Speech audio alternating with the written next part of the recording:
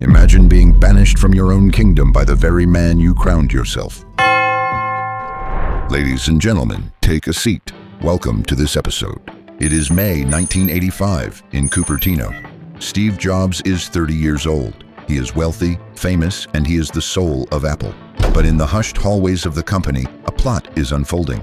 To understand, we have to go back 2 years. Jobs recruits John Scully, the CEO of Pepsi, with a line that has since become legendary. Do you want to sell sugar water for the rest of your life? Or do you want to come with me and change the world? Scully accepts. Jobs thinks he has found an ally. In reality, he just let the wolf into the sheepfold. Jobs is a genius, but he is a tyrant. He demands the impossible. He humiliates. He pushes his teams to the breaking point. The board of directors finally makes a choice. Jobs has become uncontrollable. The verdict falls. In a freezing boardroom meeting, the directors strip Steve of all operational power.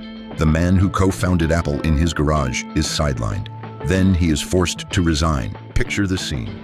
Steve Jobs, the icon of tech, finds himself alone in his massive, empty Woodside mansion. No furniture, just a lamp, a record player, and a deafening silence.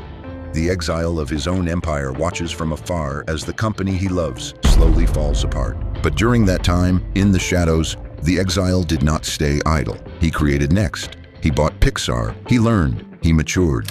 In 1997, in a final act of desperation, Apple buys his new company. The traitor of the garage returns home, but he doesn't return as a simple employee. He returns to take back his throne.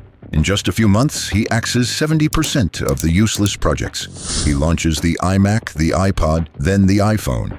He transforms a dying business into the most powerful empire in human history. The man they said was finished proved that sometimes you have to be destroyed to become indestructible. So, what should we take away from this story? That genius without discipline leads to exile? Or that the greatest revenge is the one you build in the silence of your own shadows? It's easy to criticize a man's arrogance, but never forget, the people who are crazy enough to think they can change the world are the ones who do. I don't judge. I only tell the story.